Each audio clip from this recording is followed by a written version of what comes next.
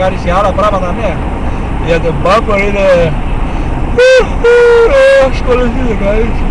Είναι το σέρβιδες ρε, δεν κάνουν τίποτα εδώ. Yeah. Θα πούνε ναι, thank you και δεν θα στείλει τίποτα. Δεν ερχόνται. Yep. Δεν θα κάνουνε τίποτα, σου λέω. Έχω βάλει μία πίτσα μέσα στο oven τώρα που γαμάει. Αυτό είναι number one.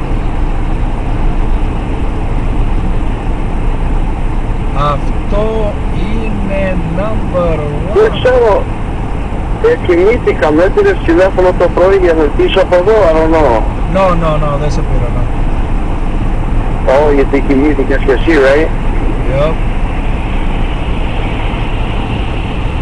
Κοίτα ρε, με το